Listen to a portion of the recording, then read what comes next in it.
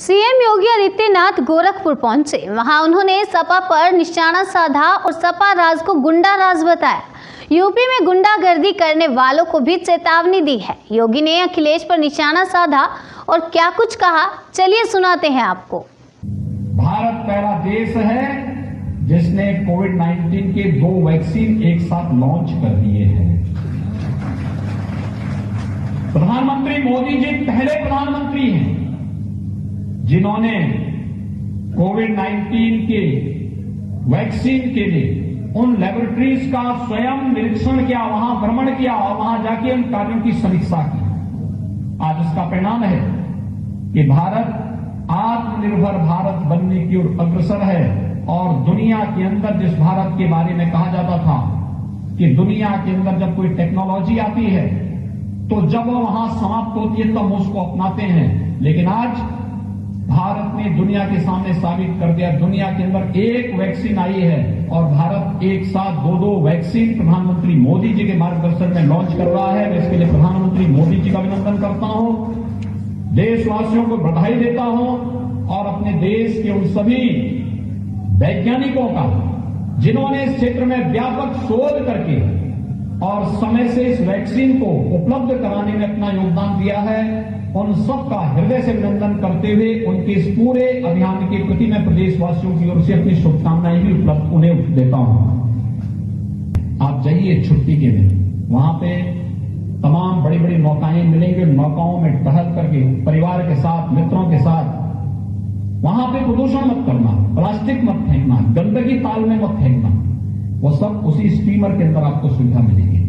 लेकिन जाइए, कुछ समय ऐसा भी गुजारिए जो वहां पर मेरे को अच्छा लगा। जब सीताराम जी कह रहे थे मैं बुढ़िया माई गया था, तो मैंने कहा हमेशा के लिए मत जाना वहां, लेकिन ये कि कभी कभी शहर के अंदर सफाई आदि के कार्यों को पूरा दुरुस्त करने के बाद मूड फ्रेश होने के लिए फिर आप जाइए, माई का दर्शन करके फिर आइए। ऐसे ही रामगढ़ ताल भी मिलेगा, अच्छी स्टीमर वहां देंगे, लोग जाएंगे। एक नई सुविधा, वाटर स्पोर्ट की सुविधा हम देने जा रहे हैं बहुत शीघ्र। अब देखना कितना अच्छा वो बनेगा।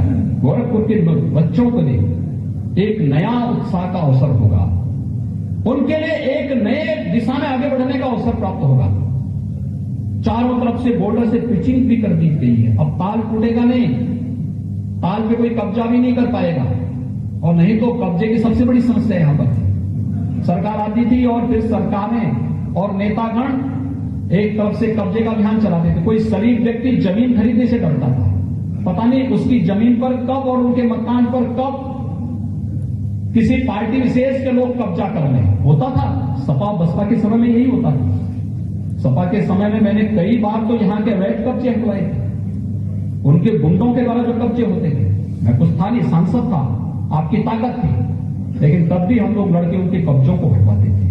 बहुजन समाजवादी पार्टी के समय में भी ये बलदेव प्लाजा के पीछे ही कब्जा हो गया था एक बार, और उस समय फिर मैं बाहर था। जब वापस आया तो फिर मैंने प्रशासन से कहा, मैंने कहा कब्जा कैसे,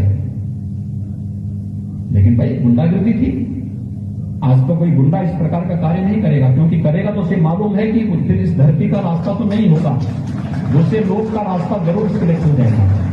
लेकिन ये अव्यवस्था और अराजकता फैलाने की छूट नहीं दी जा सकती है, और इसीलिए ये विकास की प्रक्रिया ऐसे ही स्वास्थ्य से जुड़ी हुई योजनाओं को लेकर के भी जिला चिकित्सालय में MRI मशीन की स्थापना का कार्य, उससे जुड़ी हुई अन्य कार्यों को, वहां पे तमाम नई OT के निर्माण का कार्य वहां पर हुआ है।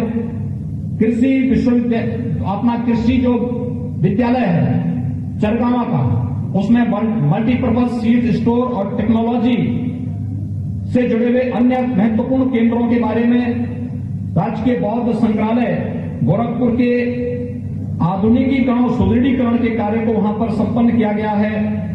बीआरडी मेडिकल कॉलेज से जुड़ी हुई तमाम प्रकार की परियोजनाओं को भी आज यहां पर लिया गया है।